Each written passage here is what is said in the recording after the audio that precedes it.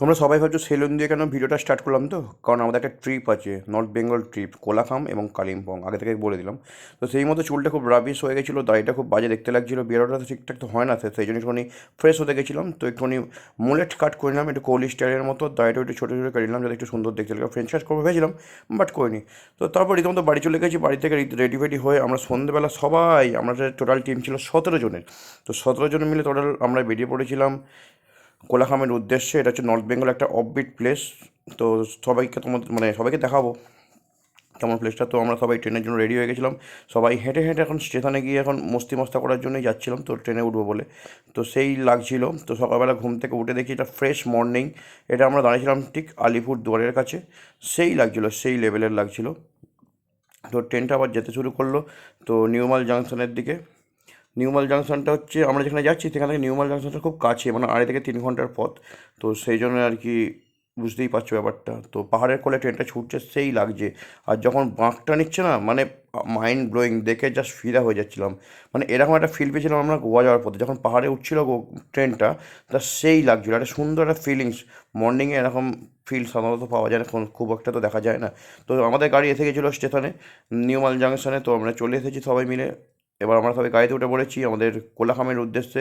আমরা এই পাঁচটা ছেলে একটা বড় গাড়িতে উঠে পড়েছিলাম, বাকিরা সবাই, বাকি দুটো গাড়ি ছিল তাতে বাকি 12 জন উঠেছিল। তো আমরা 5 জন এই গাড়িতে উঠেছি।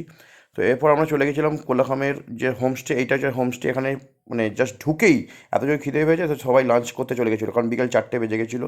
তো বিকেলবেলা সিনারিটা তোমরা দেখো, জাস্ট পাহাড়ের কোলে জাস্ট অসাধারণ লাগছিল।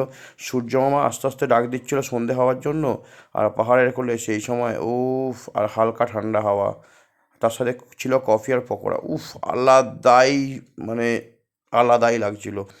তো বিকেলবেলা আমরা একটু হালকা হাঁটতে বেরিয়ে পড়েছিলাম, আমি আর সুদীপ্ত।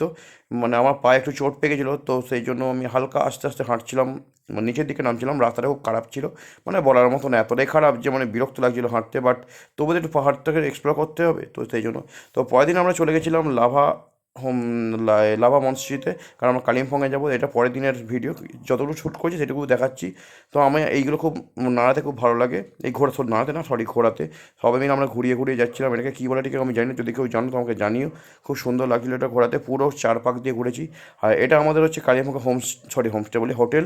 দিস ইজ, এটা হচ্ছে সিনক্লাস রিট্রিট, যেটা কালিম্পংয়ে খুব 5 স্টার ক্যাটাগরি, খুব প্রিমিয়াম। 4 থেকে 5,000 ভাড়া নেবে। প্রোভাইড এত সুন্দর যে আসতে মন ইচ্ছাই করছিল না। বাট একটাই প্রবলেম ছিল, আমাদের সময় এত মঙ্ক ছিল, যার ফলে সব ভেজ ছিল।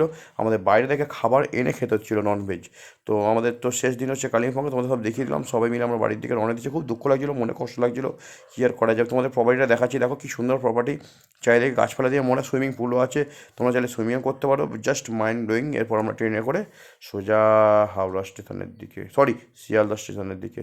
ট্রেনটা ধুকুস ধুকুস করে যাচ্ছিলো মাঝে মাঝে, সেই সময় ভিডিওটা তুলেছি, দেখতেই পাচ্ছ, খুবই আস্তে চালাচ্ছিলো। তো চলো টাটা, এটাই তোমাদের ভিডিও।